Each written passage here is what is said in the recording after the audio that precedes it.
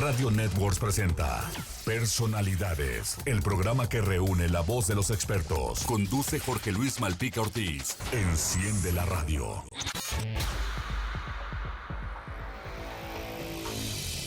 Ya estamos en Personalidades, el programa que reúne la voz de los expertos. Los saluda con muchísimo gusto Jorge Luis Malpica Ortiz en este sábado 3 de octubre del 2020, donde el día de hoy vamos a estar analizando a fondo un par de temas que son cruciales en la vida de todos los mexicanos. Esta designación, o más bien esta definición de la Suprema Corte de Justicia de la Nación, donde hace constitucional, declara constitucional esta propuesta del presidente de enjuiciar a expresidentes. Vamos a estar analizando esto y también vamos a estar analizando la extinción de los fideicomisos, la implicación que esto tiene desde lo político y sobre todo desde la parte operativa también de todos estos recursos. ¿Van a llegar a los destinos que para los que estaban creados o no? Es todo un tema el cual vamos a estar analizando el día de hoy con nuestros expertos y con nuestras personalidades. Nos da mucho gusto recibir a un par de grandes amigos y sobre todo son grandes profesionistas, conocen perfectamente las situaciones del derecho. Y estamos hablando de Francisco Javier Pérez Montes. Paco, bienvenido a Personalidades. Muy buenos días. Muy buenos días, Jorge. Muchas gracias por la invitación a este programa. Un saludo a Luis Enrique Villalobos, maestro de Derecho y buen amigo también. Efectivamente, Luis Enrique Villalobos también está con nosotros el día de hoy. Luis Enrique, bienvenido a Personalidades. Saludos, buenos días Jorge, buenos días Paco. Pues aquí con dos temas candentes, importantes y que va a quedar mucho que hablar las siguientes semanas, Jorge. Pues si les parece, vamos a iniciar con el tema de la definición, esta definición de la Suprema Corte de Justicia de la Nación, donde dice que sí es constitucional esta iniciativa o esta petición que mandó el presidente de la consulta para que la gente decida si se deben de enjuiciar o no a los expresidentes. Paco, si gustas podemos abrir con el tema. Gracias, Jorge. Muy buenos días a ti y a tu auditorio. Mira, esta resolución de la Corte es bastante polémica. Vamos a tomar en cuenta varios factores.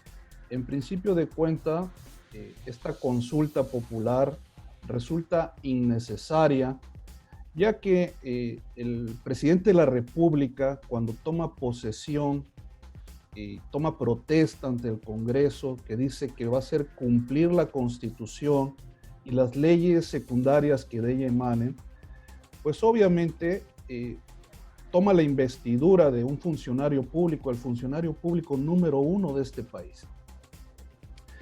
Hay en la Constitución previstos los procedimientos de responsabilidades para los servidores públicos y obviamente la propia Constitución también establece que el Congreso tiene facultades para legislar en la materia penal. Al respecto, quiero señalarte que el presidente de la República no necesita de ninguna consulta popular para ejercer una acción penal, una denuncia penal que puede llevar ante la Fiscalía General de la República por hechos ilícitos que él tenga conocimiento, hayan conocido o hayan realizado el anterior presidente o los anteriores expresidentes de la República. Y esto está muy señalado en el artículo 222 del Código Nacional de Procedimientos Penales, que en su parte relativa dice: quien en ejercicio de sus funciones públicas tenga conocimiento de la probable existencia de un hecho que la ley señala como delito, está obligado a denunciarlo inmediatamente al Ministerio Público, proporcionando todos los datos que tuviere y poniendo a su disposición, si es que hubiere, a los imputados. ¿Qué quiere decir esto? Que el presidente de la República no tenía por qué acudir a una consulta popular ni hacer este show mediático que lo único que hace es distraer la atención de los verdaderos problemas que están sucediendo en este país con motivo de la inseguridad, con motivo de la pandemia, la falta de insumos en los hospitales, la impotencia del país para hacer frente a esta economía mermada por la contingencia de la pandemia COVID-19.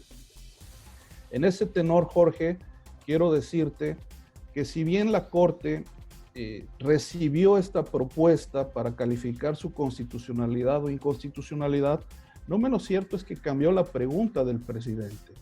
Y obviamente iba a salir como resultado que si es constitucional. Además debemos de tomar en cuenta que la consulta popular desde el marzo de 2014 tiene una ley federal de consulta popular que tiene que ver con los temas trascendentales que afecten a la nación y que obviamente el presidente pudo haber hecho uso de ese mecanismo que la propia ley le estaba otorgando sin siquiera recurrir a pedirle a la Suprema Corte de Justicia que declarara si era constitucional o no. A ver, Paco, para ir precisando también con Luis, en ese sentido, por ejemplo, hablas de cambió la pregunta. Luis, en este caso, los ministros pueden hacer eso, es decir, porque si mandan la propuesta como iba a ser inconstitucional. Ellos cambiaron la pregunta y así lo hicieron constitucional. Es decir, ¿esto se puede hacer o lo hicieron a manera de contentillo, o sea, para congraciarse con el presidente? Lo hicieron a manera de contentillo. ¿Por qué? Porque esto es así. Acuérdense que la semana pasada salió el proyecto de la resolución del ministro Aguilar, en el cual señalaba que era inconstitucional. ¿Por qué? Porque como estaba definida la pregunta, violentaba al menos la presunción de la inocencia, el debido proceso y el derecho a las víctimas. ¿Por qué? Porque están señalando nombres y la ley te establece, la Constitución te establece, no puedes crear la convicción ante el juzgador acerca de la posible comisión de un delito. Al momento que señalan a los expresidentes, e incluso así fue la exposición de motivo de cuando se remite la pregunta, señalaban que estos expresidentes habían cometido delitos y sobre esa comisión de delitos se tenía que perseguir. Cuando haces esto, no puedes, como dijo al final el ministro Lainez, la justicia no se consulta. ¿Cuál era el objetivo de la consulta? Y pongo un ejemplo bien práctico. Es como si en la cuadra de tu casa alguien se hubiera metido a robar y el jefe de manzana dice: vecinos, creo que el que lo robó es el de la esquina. ¿Están de acuerdo en que lo juzguemos sí o no? No es posible. ¿Por qué? Porque si la gente te dice que no, no hay reparación del daño, ¿no? No tenemos por qué sujetarnos a la voluntad de la mayoría. La justicia, así como iba, era inconstitucional. ¿Qué hizo la Corte? Al menos 6 ministros no le quisieron entrar y decirle que no al presidente. Cambiaron la pregunta cuando no es normal que la cambien, porque esta es la quinta intento de consulta popular, la cambiaron, pero ahora no se va a juzgar a los expresidentes. También eso es bien importante señalarlo. No, la pregunta como fue, no pasó. Le hicieron aquí, pues intentaron enjuagarlo, ¿no? Llamarle, porque ahora quisieron hacer, se pronunciaron sobre la materia de la pregunta. Según ellos, la materia de la pregunta tenía que ser política, y al ser política no toca los derechos humanos. La realidad es que la materia de la pregunta original iba hacia condenar, perseguir un delito, como dice Paco. Ahora la cambiaron. ¿Por qué? ¿Qué te dice? La pregunta, fíjate, ¿cómo queda? ¿Estás de acuerdo o no que se lleven acciones pertinentes con el apego al marco constitucional y legal para, aquí viene el punto fino, emprender un proceso de esclarecimiento de las decisiones políticas tomadas en los años pasados por los actores políticos encaminados a garantizar la justicia y derechos de las posibles víctimas? Fíjate, sacaron a los expresidentes, pero no te dice nada esclarecer las decisiones políticas de actores políticos de los años pasados. Eso, esta consulta es nada. ¿Por qué? El objetivo de una consulta popular es que sea vinculante. ¿Qué significa que sea vinculante? Que obligues a las autoridades a tomar las decisiones que quiere el pueblo. no es vinculante, porque ni siquiera va encaminada a la autoridad judicial como pretendieron hacerlo, sino va a la nada. Incluso hoy el ministro Saldívar explicaba en un noticiero que va más encaminado tal vez a crear comisiones de la verdad. Al no ser vinculante, no te sirve de nada esa consulta popular. Y claro, y bien importante, se van a gastar 8,000 millones de pesos. Una elección básica te sale casi 1,000 millones de pesos. Pero no tienes ningún resultado, porque ni va a salir Fox, ni va a salir Calderón, ni va a salir Salinas, y además va a ser en agosto. No es día de la elección. Es todo un tema, es todo un tema. Nos vamos a ir al corte, vamos a regresar con esto porque vamos a ver las implicaciones políticas. Estamos en Personalidades, volvemos. Jorge Luis Malpica Ortiz tiene más para ti en Personalidades. Estamos de regreso en el programa que reúne la voz de los expertos. Aquí escuchas Personalidades con Jorge Luis Malpica Ortiz.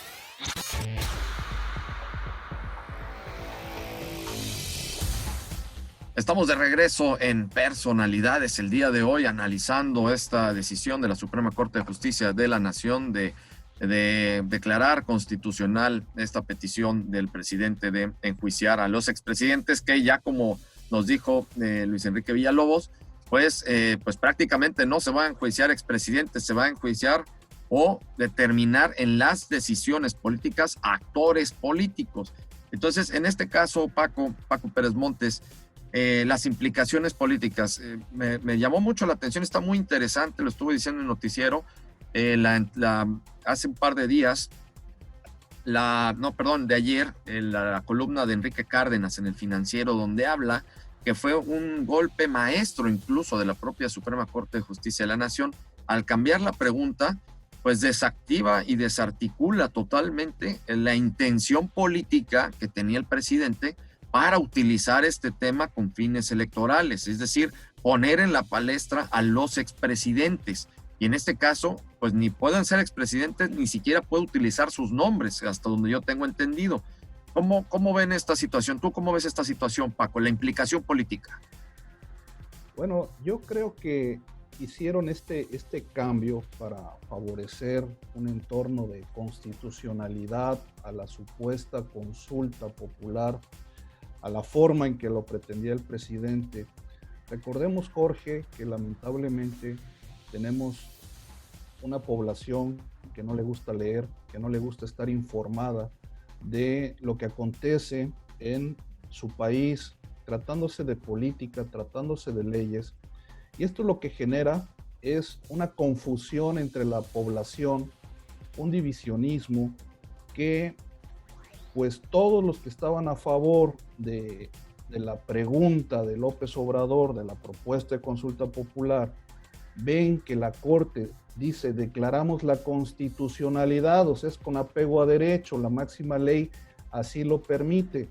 Sí, pero no están viendo el otro contexto, que la Corte cambió las reglas del juego, como dice Luis Enrique Villalobos, y esto causa confusión, causa división entre la población, porque finalmente, de manera psicológica, y me atrevo a hablar aquí de la psicología masiva, va a impactar en el ánimo de la población. Muchos ya están descontentos, ya vislumbran un régimen dictatorial, una imposición que de alguna manera no vamos a poder quitar en el tiempo futuro. Y bueno, esto definitivamente sí tiene un impacto y lamentablemente yo estoy visualizando que el impacto favorece a López Obrador. Lamentablemente. A ver, en este caso vamos a regresar con esta parte de la implicación política, porque ¿qué pasa? A ver, Luis Enrique, ¿qué pasaría si el presidente, ya está la resolución de la Corte, si sale y empieza de nueva cuenta a decir que va a enjuiciar a los expresidentes y empieza a decir sus nombres, estaría violando la ley, ¿no? No, es que no va a haber una sanción. O sea, ese es el problema. Incluso hoy en la mañanera señalaba el presidente que la pregunta quedó muy ambigua, que hay que irla aclarando. Como dice Paco, la pregunta tal cual se aprobó, así va a venir en una boleta, que no nos dice nada.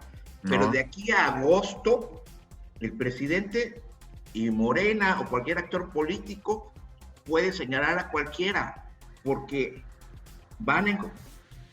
la pregunta, ¿sobre quiénes van? Sobre actores políticos.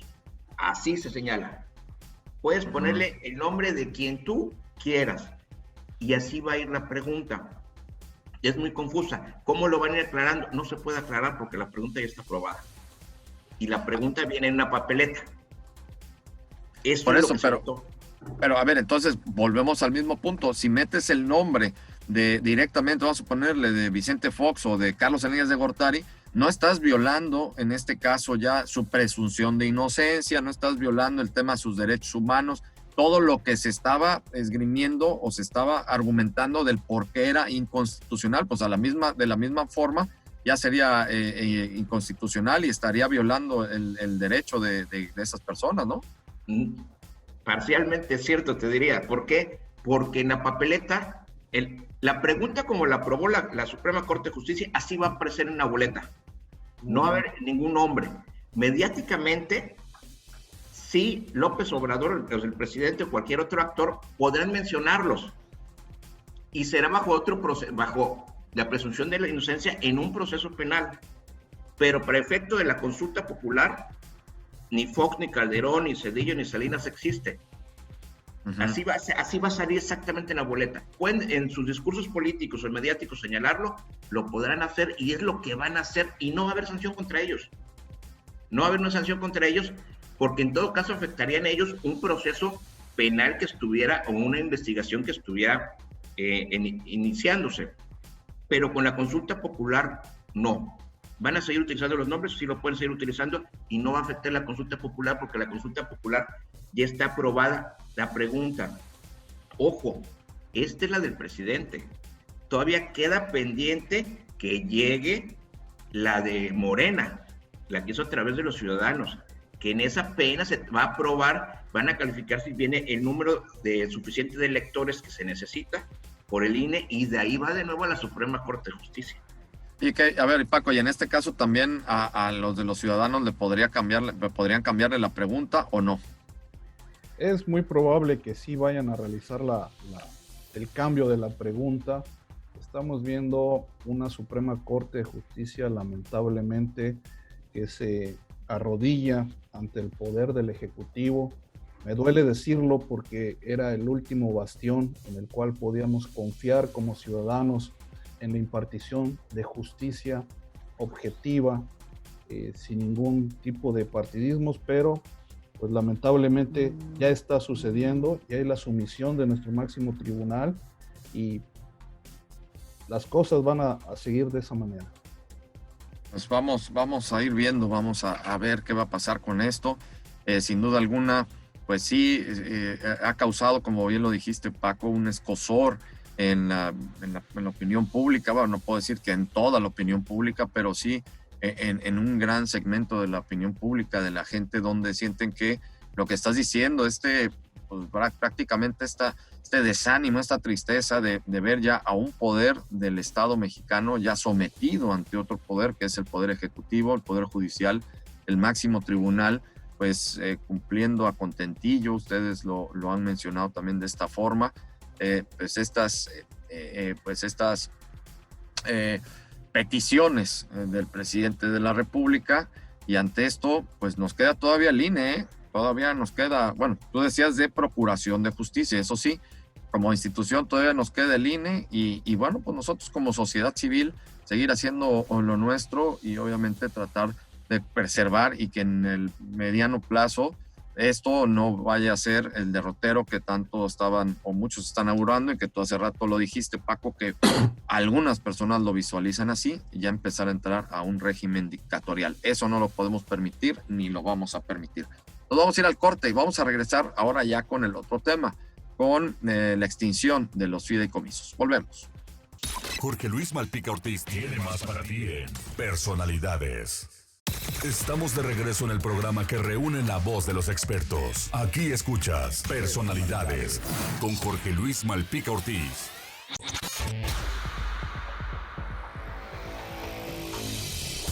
Estamos de regreso en Personalidades, el día de hoy platicando con los abogados Francisco Javier Pérez Montes y Luis Enrique Villalobos. Ya analizamos la situación esta de que ya la Suprema Corte de Justicia de la Nación hizo constitucional la petición del presidente para enjuiciar a los expresidentes. Y en este caso, ahora vamos a analizar con nuestros expertos el tema de la extinción de los fideicomisos. Ya le dieron al traste a varios de ellos, mi querido Paco. Sí, Jorge, mira, muy lamentable porque si querías transparencia en los fideicomisos, pues lo único que hubieras hecho es auditarlos y saber el destino de esos recursos que eran asignados para determinadas áreas del conocimiento, de la cultura, del deporte, del desarrollo del país en algunos casos. Pero quiero contextualizar un poco a tu amable auditorio de la figura del fideicomiso para que ellos tengan una idea de cómo funcionan, cómo operan estos, sobre todo los fideicomisos públicos.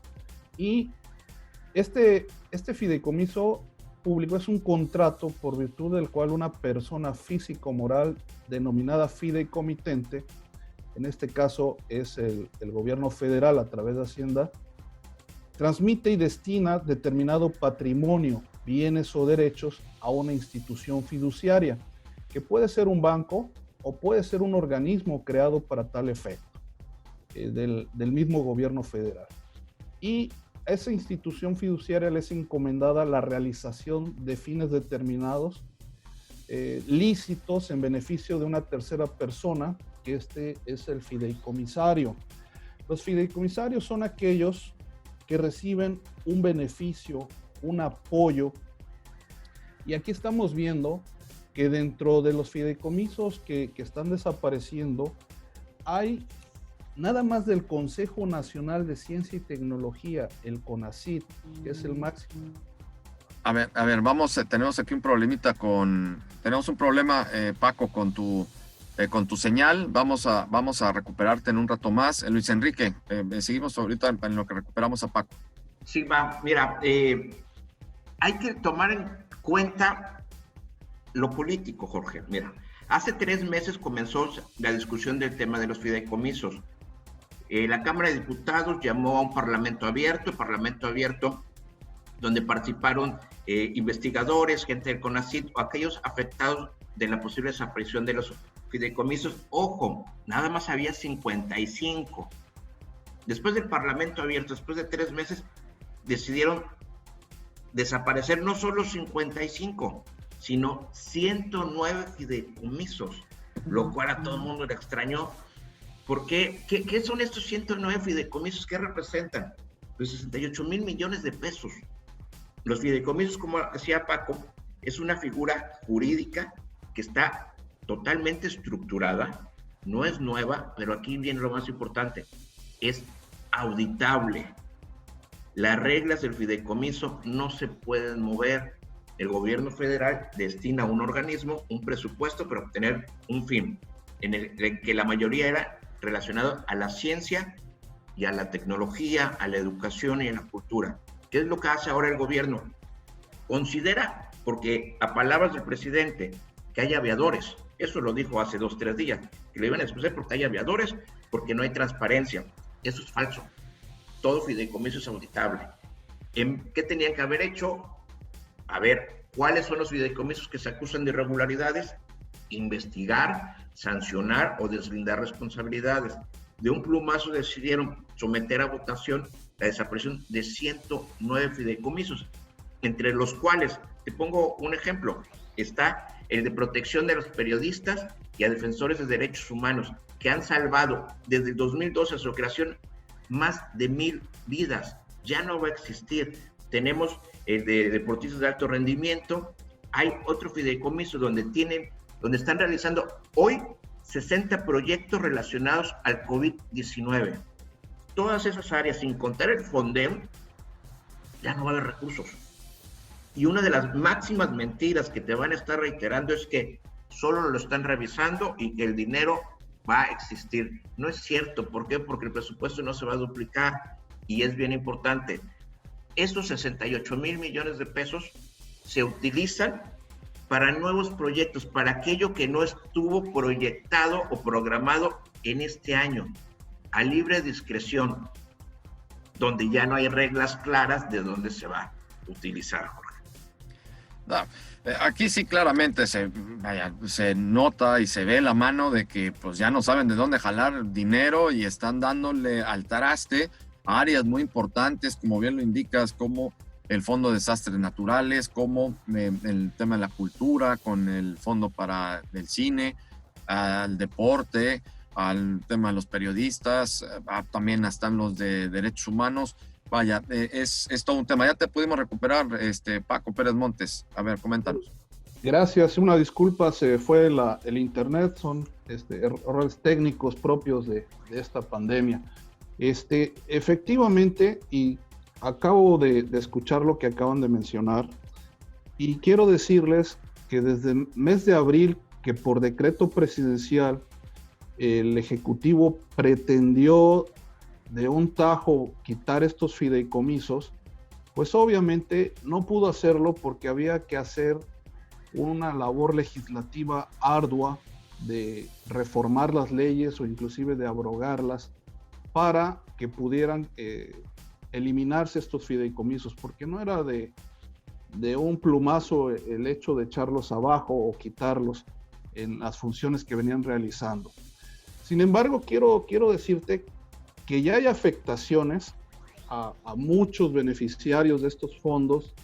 Ejemplo, gente de CONACYT que se encontraba en el extranjero haciendo alguna especialidad o algún trabajo de investigación, pues en plena pandemia quedaron sin recursos en otro lado del mundo, tuvieron que pedir prestado a sus familiares para poder regresar a México porque ya no estaban recibiendo los apoyos.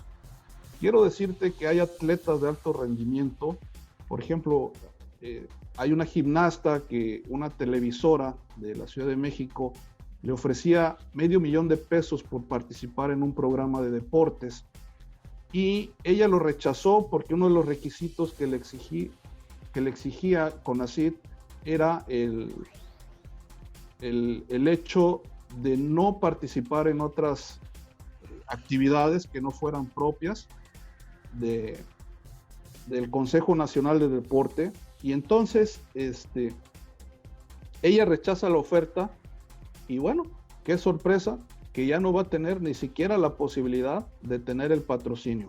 Ahora, la pregunta aquí es ¿cómo van a transparentar la entrega de estos recursos, de estos apoyos a todos estos atletas, a todos estos intelectuales, investigadores? ¿Quién va a llevar a cabo ese censo? ¿Quién los va a administrar? ¿Cómo van a rendir cuentas? Esas son las grandes preguntas que surgen en este momento, porque recordarás que anteriormente, cuando asignaban recursos para desastres naturales, pues se decía que esos recursos iban destinados a la población, pero al final de cuentas la población recibía 1,000 o 2,000 o 5,000 pesos a lo mucho como ayuda, como indemnización de los daños causados por un meteoro, y en ese sentido, pues se perdían el rastro de miles y miles de millones de pesos.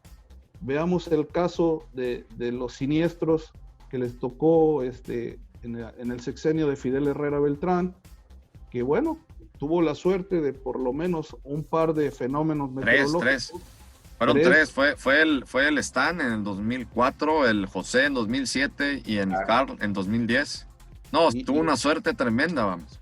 Y en ese sentido, pues tú haces un sondeo entre la población afectada y muchos no recibieron arriba de 3,000 pesos, cuando estamos hablando de miles de millones de pesos asignados a esos rubros. Mira, Paco, efectivamente, nos vamos a ir al corte, pero a ver, sí también hay que ver esa parte, ¿no? Digo, en muchos de estos fideicomisos, muchos de estos no tienen ni reglas de operación, nada más sirven para, pues ahí también jalar el billete. En el caso del Fondem, vamos, les hacía agua a la boca cuando venía un huracán, porque decían, ahí viene la carretada de billetes del Fondem, y efectivamente entregaban nada más una partecita y lo otro, pues la desaparecían así como el mago, ¿no? Entonces, esa parte hay que reconocer que sí hubo muy malos manejos en cuestión de todos estos recursos, sí. Sin embargo, como ustedes bien lo han indicado, son auditables. Entonces, si ves que hay irregularidades, pues no llegues y ¡pau! Cortes de tajo. Pues ve, revísalo y que y quien sea responsable, pues que se le ejecute la ley. Sin embargo, bueno, pues mejor dicen, no, vámonos, se acabe todo esto, ¿para qué? Para poder nosotros utilizar a discreción este dinero que ya se va a ir a otro derrotero que no va a ser ni el del deporte, ni el de la cultura, ni el de los que han desaparecido. Nos vamos a ir al corte, vamos a regresar con este tema, ya vamos al último bloque para cerrar e ir haciendo las precisiones finales. Volvemos. Jorge Luis Malpica Ortiz tiene más para ti en Personalidades. Estamos de regreso en el programa que reúne la voz de los expertos. Aquí escuchas Personalidades con Jorge Luis Malpica Ortiz.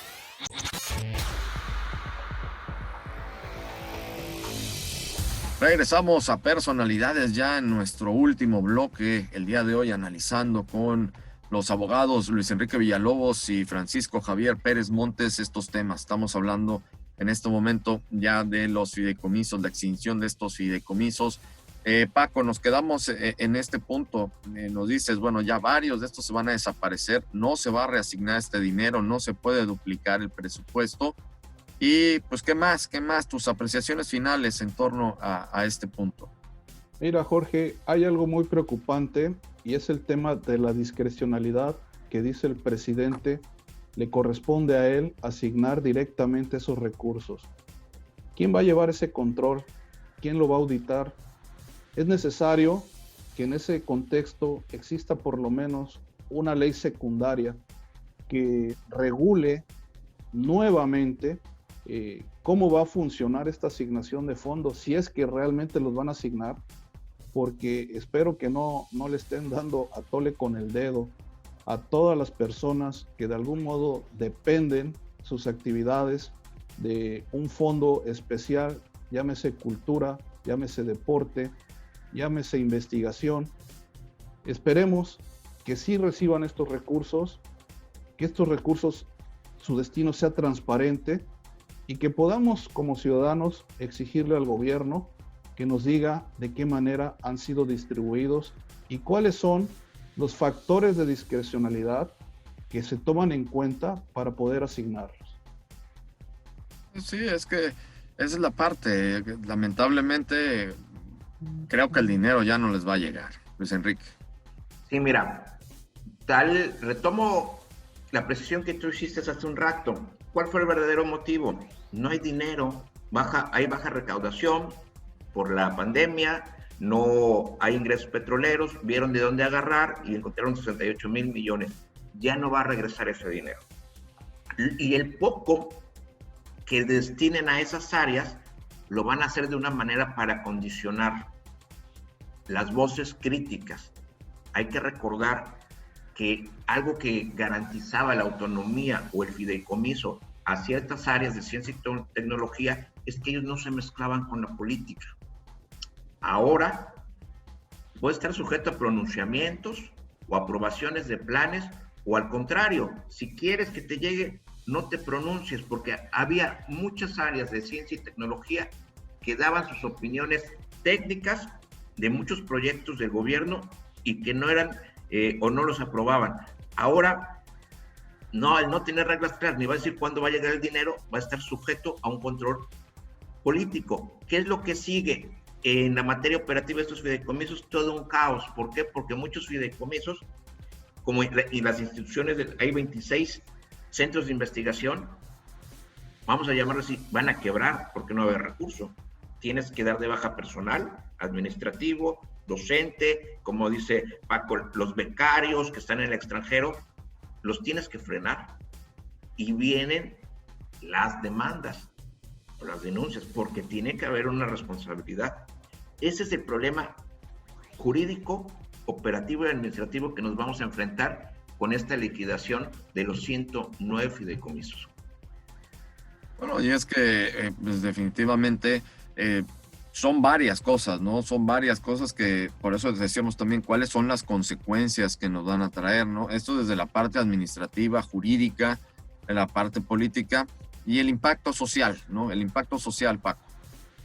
Sí, es un problema muy complejo.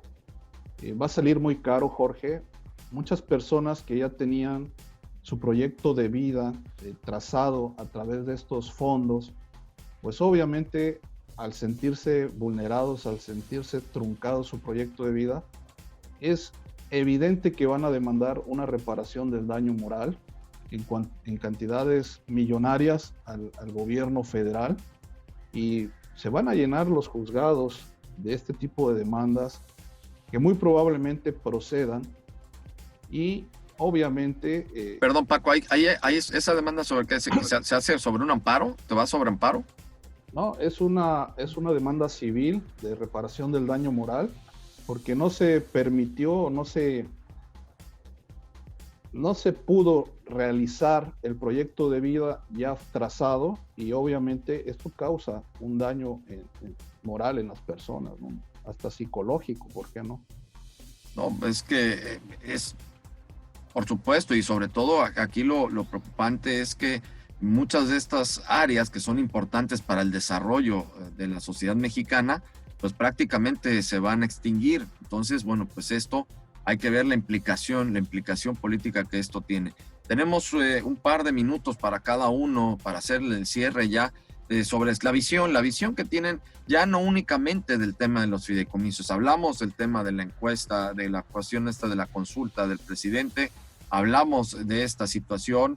¿Ven que todo esto o parecería que fueran distractores o no son distractores? Porque realmente todavía hay cosas muy importantes en las cuales se tiene que atender y el presidente tiene que atender, como es la inseguridad, como es la terrible crisis económica en la que estamos, como es la crisis de salud que todavía estamos viviendo por la pandemia. ¿Cómo lo ven ustedes, Paco? Bueno, el tema de los fideicomisos yo no creo que sea un distractor.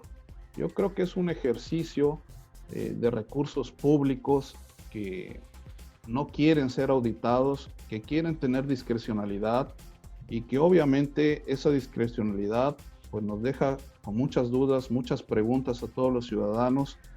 Bien decían ustedes que van a estar condicionados a hablar bien del gobierno, van a estar condicionados a que el gobierno no reciba ninguna crítica, y vamos a esperar a que no estén otorgándose pues a los familiares, a los compadres, a los amigos de los que hoy están en este gobierno. ¿Cómo la ves, Luis Enrique? Mira, no son distractores, la realidad es la manera de gobernar que tienen actualmente el presidente y sus subordinados, que es generar caos. Ellos se benefician del caos. Yo lo veo así, y hay un desprecio en las instituciones. Ojo, un país que no le está apostando a la ciencia, la tecnología y la educación va a tronar, porque lo que acaban de frenar es el futuro. Agarran un dinero para un futuro que ya no va a llegar, y el dinero se lo van a gastar, no sabemos en qué. Y lo que pasó con la consulta popular fue un manotazo del presidente. Seis ministros no quisieron decirle que no al presidente, y eso es lo grave, porque entonces la línea sigue posicionándose en una sola voz el destino de un país. Muy lamentable, sin duda alguna, muy lamentable esto que estamos viviendo. Sí, hay que decirlo de esta manera. Digo, no podemos regresar a esos vicios de poderes absolutos, porque el poder absoluto, yo alguna vez se le escuché a Porfirio Muñoz Ledo, ¿no? El poder absoluto corrompe absolutamente, y como tal, pues bueno, ya llegar a estos extremos de esos vicios donde ya lo padecimos durante 70 años con una dictadura enmarcada o velada, que era el régimen priista, pues ahora regresamos otra vez a un presidencialismo donde pues prácticamente está llevando un poder pues total, ¿no? Y los totalitarismos pues bastante mal han resultado históricamente para todos los seres humanos. Pues ojalá que las cosas no se den de esta manera, y sobre todo pues nosotros vamos a estar muy atentos de todo esto que se está viviendo en nuestro país. Muchísimas gracias a los abogados